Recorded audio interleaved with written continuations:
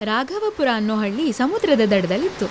ಹಳ್ಳಿಯ ಗಾಳಿಯಲ್ಲಿ ಸಮುದ್ರ, ಮರಳು, ದನಕರುಗಳ ಕೂಗು ಎಲ್ಲ ಬೆರ್ತೋಗಿತ್ತು. ಪ್ರತಿದಿನ ಬೆಳಗ್ಗೆ ಎಲ್ರೂ ಪಂಚಾಯಿತಿ ಹತ್ರ ಸೇರ್ತಾ ಇದ್ರು.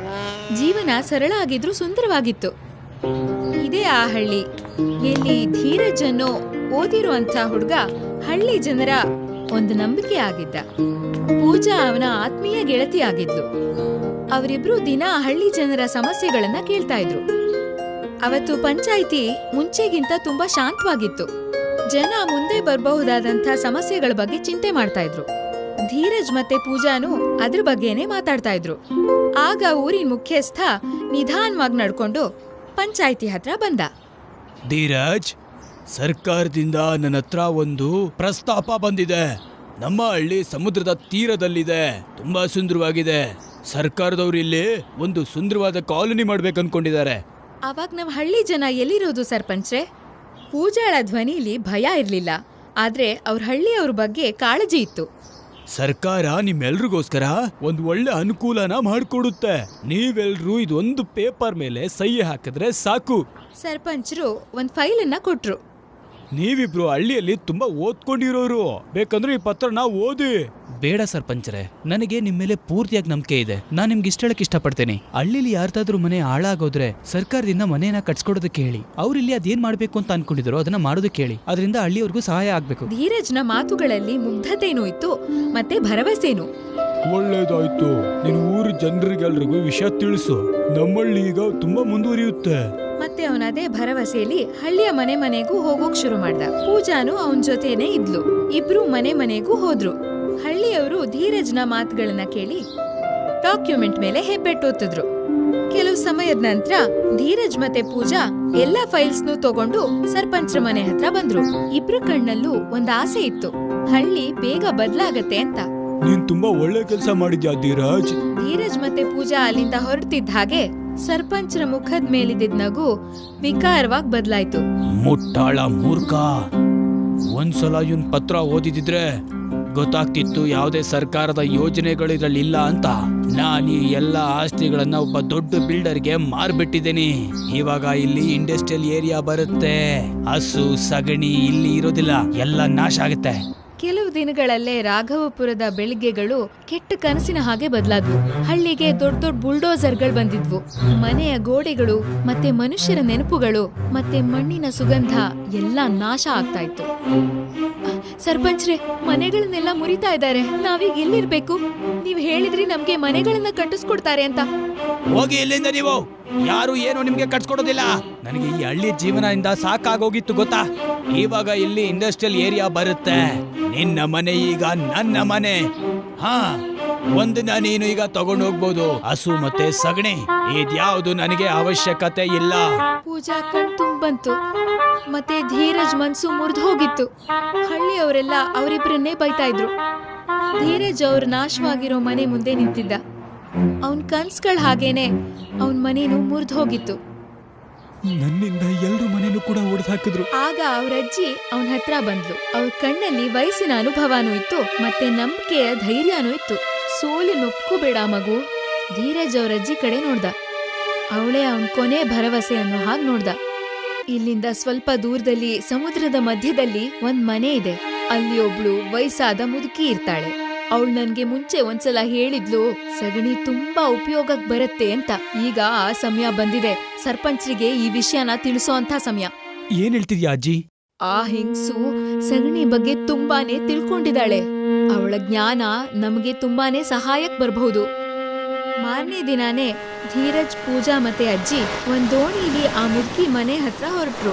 ಸಮುದ್ರದ ಅಲೆಗಳು ಶಾಂತವಾಗಿದ್ವು, ಆದ್ರೆ ಅವ್ರ 3 ಜನದ ಮನ್ಸಲ್ಲೂ ಬಿರುಗಾಳಿನೇ ಇತ್ತು. ಆ ದ್ವೀಪ ನಿರ್ಜನವಾಗಿತ್ತು, ಆದ್ರೆ ಆ ಗಾಳಿಲಿ ಒಂದ್ ರಹಸ್ಯನೇ ಇತ್ತು. ಅಲ್ಲೇ ಆ ಮುದುಕಿ ಅವ್ರಿಗೆ ಸಿಕ್ಕಿದ್ಲು. ಬಿಳಿ ಕೂದ್ಲು, ಹೊಳೆಯೋ ಕಣ್ಣುಗಳು ಮತ್ತೆ ಮುಖ ಒಂದು ಅನುಭವದ ಪುಸ್ತಕದ ಹಾಗಿತ್ತು. ಧೀರಜ್ ಎಲ್ಲಾನು ಅವಳಿಗೆ ಹೇಳ್ದ. ಅವಳು ಅವನ್ ಮಾತುಗಳನ್ನೆಲ್ಲ ಕೇಳಿಸ್ಕೊಂಡ್ಲು. ಮತ್ತೆ ಆ ದ್ವೀಪದಲ್ಲಿ ಒಂದ್ ಗೂಡೆ ಹತ್ರ ಕರ್ಕೊಂಡು ಹೋದ್ಲು. ಅಲ್ಲಿ ಪ್ರಾಚೀನವಾದ ಗೋಶಾಸ್ತ್ರ ಇಟ್ಟಿದ್ರು. ಅದರಲ್ಲಿ ಸಗಣಿನ ಬಳಸೋದ್ ಹೇಗೆ, ಅದರಲ್ಲಿ ಔಷಧಿಗಳನ್ನ ತಯಾರಿಸೋದ್ ಹೇಗೆ ಅಂತೆಲ್ಲ ಬರ್ದಿತ್ತು. ಅವಳು ಹೇಳಿದ್ಲು, ಈ ಗೊಬ್ಬರದಿಂದ ಬರೀ ಇಂಧನ ಅಷ್ಟೇ ಅಲ್ಲ, ಇನ್ನೂ ಸಾಕಷ್ಟು ಉಪಯೋಗಗಳ ಆಗತ್ತೆ ಅಂತ. ಧೀರಜ್ ಬಯೋಗ್ಯಾಸ್ ಹೇಗ್ ಮಾಡೋದು ಅಂತ ಕಲ್ತ್ಕೊಂಡ. ಪೂಜಾ ಅದರಿಂದ ಇಟ್ಕೆಗಳು ಮತ್ತೆ ಟೈಲ್ಸ್ ನ ಮಾಡೋದನ್ನ ಕಲ್ತ್ಕೊಂಡ್ಲು. ಮತ್ತೆ ಅವರಜ್ಜಿ ಜೈವಿಕವಾದ ಮಣ್ಣನ್ನ ಮಾಡೋದನ್ನ ಕಲ್ತ್ಕೊಂಡ್ಲು. ಅದು ಗಿಡಗಳು ಬೇಗ ಬೆಳೆಯೋದಕ್ಕೆ ಸಹಾಯ ಮಾಡತ್ತೆ. ಮತ್ತೆ ಆ ಮುದುಕಿ ಸಗಣಿಯ ಮಹತ್ವದ ಬಗ್ಗೆ ಪೂರ್ತಿಯಾಗಿ ಅವ್ರಿಗೆ ಹೇಳ್ಕೊಟ್ಲು. ಆ ದ್ವೀಪದಲ್ಲಿ ಎಷ್ಟೋ ದಿನಗಳಿದ್ದು ಪ್ರಯತ್ನ ಶ್ರಮದಿಂದ ಎಷ್ಟೋ ವಿಷಯಗಳನ್ನ ಕಲ್ತ್ಕೊಂಡ್ರು. ಮತ್ತೆ ಒಂದು ದೊಡ್ಡ ನಿರ್ಧಾರಕ್ ಬಂದ್ರು. ಅವ್ರಿಗೆ ಗೊತ್ತಿತ್ತು ಅವ್ರ ಊರಲ್ಲಿ ಇವಾಗ ಯಾವ ಮನೇನೂ ಉಳ್ದಿಲ್ಲ ಅಂತ. ಹಾಗಾಗಿ ಅವರು ಹಳ್ಳಿಯವರಿಗೆ ಒಂದ್ ಸಂದೇಶನ ಕಳಿಸಿದ್ರು. ತಕ್ಷಣನೇ ಆ ಹಳ್ಳಿ ಜನರೆಲ್ಲ ಅವ್ರ ಹಸು ಎಮ್ಮೆಗಳನ್ನ ಕರ್ಕೊಂಡು ದೋಣಿಗಳಲ್ಲಿ ಆ ದ್ವೀಪದ ಹತ್ರ ಬಂದ್ರು. ಯಾವ ದ್ವೀಪ ಮೊದಲು ನಿರ್ಜನವಾಗಿತ್ತೋ ಈಗ ಅದೇ ಅವರ ಆಶಾಕಿರಣ ಆಗಿತ್ತು. ಅದೇ ಅವ್ರ ವಾಸ ಮಾಡೋ ಜಾಗ ಕೂಡ ಆಗೋದ್ರಲ್ಲಿತ್ತು. ಹಳ್ಳಿಯವರೆಲ್ಲ ಅವ್ರ ದನಕರುಗಳ ಜೊತೆ ಅಲ್ಲಿಗೆ ಬಂದಿದ್ರು. ಎಲ್ರ ಮುಖದಲ್ಲೂ ಸುಸ್ತಿದ್ರು, ಕಣ್ಣುಗಳಲ್ಲಿ ಒಂದ್ ಹೊಸ ಕನಸಿತ್ತು. ಧೀರಜ್ ಎಲ್ರಿಗೂ ಹೇಳ್ದ, ಇಲ್ಲಿ ಸಗಣಿನೇ ಅವ್ರ ಜೀವನನ ಬದಲ್ಸತ್ತೆ ಅಂತ. ನಾವೆಲ್ಲ ಸೇರ್ಕೊಂಡು ಇಲ್ಲಿ ನಮ್ಮ ಹೊಸ ಮನೆನ ಕಟ್ಟೋಣ. ಕಳ್ಕೊಂಡಿರೋದನ್ನ ನಾವ್ ಈಗ್ಲೇ ಪಡ್ಕೋಬೇಕು. ಆಗಿಂದ ನಿಜವಾದ ಕೆಲ್ಸ ಶುರುವಾಯ್ತು. ಹಸು ಎಮ್ಮೆಗಳಿಂದ ಸಿಗೋಂತ ಸಗಣಿನ ಒಣಗ್ಸಿದ್ರು. ಆ ಹೆಂಗ್ಸು ಹೇಳ್ಕೊಟ್ಟಿದ್ದಂಥ ಟೆಕ್ನಿಕ್ಸ್ ಅನ್ನ ಅದ್ರ ಜೊತೆ ಸೇರ್ಸಿದ್ರು. ಧೀರಜ್ ಗೋಡೆಗಳನ್ನ ತಯಾರ್ ಮಾಡ್ತಾ ಇದ್ದ. ಪೂಜಾ ಅದ್ರ ಮೇಲೆ ಲೇಪಾನ ಹಾಕ್ತಾ ಇದ್ಲು.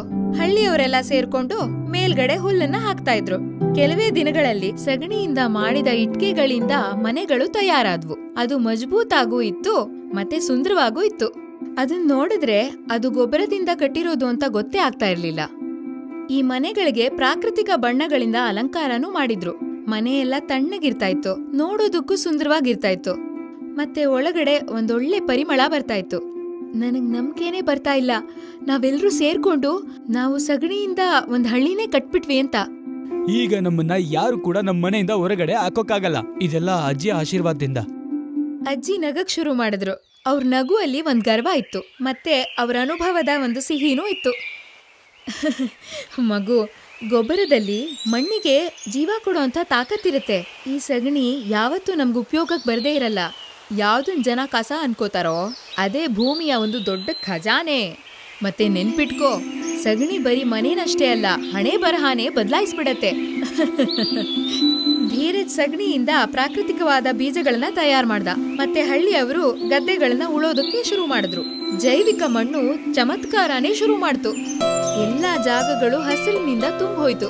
ಬಹಳ ಬೇಗ ಇಡೀ ದ್ವೀಪದಲ್ಲಿ ಒಂದು ಸುಂದರವಾದ ಜೀವಂತವಾದ ಹಳ್ಳಿ ಸೃಷ್ಟಿಯಾಯ್ತು. ಜನರೆಲ್ಲ ಇದಕ್ಕೆ ಒಂದ್ ಹೆಸರಿಟ್ರು, ಗೋಬರಪುರ ಮತ್ತೆ ದ್ವೀಪದ ಹಳ್ಳಿ ಅಂತ.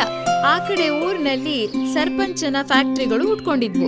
ಆದ್ರೆ ಇದ್ದಕ್ಕಿದ್ದ ಹಾಗೆ ಇಂಡಸ್ಟ್ರಿಯಲ್ ಕೆಮಿಕಲ್ಸ್ ಇಂದ ಕುಡಿಯೋ ನೀರು ಕಲುಷಿತ ಆಗಿ ವಿಷಪೂರಿತ ಆಯ್ತು. ಎಲೆಕ್ಟ್ರಿಕಲ್ ಲೈನ್ಸ್ ಆಗಾಗ ಕೆಳಗ್ ಬೀಳ್ತಾ ಇತ್ತು. ಬೆಳೆಗಳೆಲ್ಲ ನಾಶ ಆಗ್ತಾ ಇದ್ವು. ಮತ್ತೆ ಗದ್ದೆಗಳಲ್ಲಿ ಕೆಟ್ಟ ವಾಸನೆ ಶುರುವಾಯ್ತು. ಎಲ್ಲದಕ್ಕಿಂತ ದೊಡ್ಡ ಅನಾಹುತ ಯಾವಾಗ ಆಯ್ತು ಅಂದ್ರೆ, ಒಂದು ಫ್ಯಾಕ್ಟರಿಯಲ್ಲಿ ಡೇಂಜರಸ್ ಆದ ಗ್ಯಾಸು ಲೀಕ್ ಆದಾಗ ಇಡೀ ಫ್ಯಾಕ್ಟರಿ ಮುಚ್ಚಿ ಹೋಗುವಂತ ಪರಿಸ್ಥಿತಿ ಬಂತು. ಸರ್ಪಂಚರ ಹತ್ರ ಇವಾಗ ಯಾವ ದಾರಿನೂ ಉಳಿದಿರ್ಲಿಲ್ಲ. ಈ ಗ್ಯಾಸ್ನ ನಿಲ್ಲಿಸೋದಕ್ಕೆ ನಮ್ಗೆ ಬೇಕಾಗಿರೋದು ಒಂದೇ ಒಂದು ಜೈವಿಕ ಮಣ್ಣು ಬೇಕಾಗತ್ತೆ. ಅದು ಈ ಕೆಮಿಕಲ್ ಅನ್ನ ನಾಶ ಮಾಡುತ್ತೆ. ಸರ್ಪಂಚರಿಗೆ ಕೈಕಾಲು ನಡ್ಗೋಕ್ ಶುರುವಾಯ್ತು.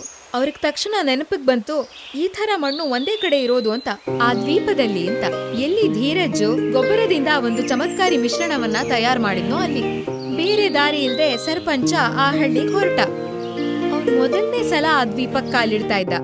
ಅವನಿಗೆ ಮೊದಲನೇ ಸಲ ಅನುಭವಕ್ ಬಂತು, ಯಾರನ್ನ ಅವನ್ ತಮಾಷೆ ಮಾಡ್ತಾ ಇದ್ನೋ ಅವ್ರಿಗೆ ಅಸಲಿ ತಾಕತ್ತಿತ್ತು ಅಂತ. ಹಳ್ಳಿಯವರು ಅವನನ್ನ ಸ್ವಾಗತಿಸ್ಲಿಲ್ಲ. ಆದ್ರೆ ಧೀರಜ್ ಅವರ ಅಜ್ಜಿ ಅವನ್ ಮುಂದೆ ಬಂದು ಮಾತಾಡಿದ್ಲು.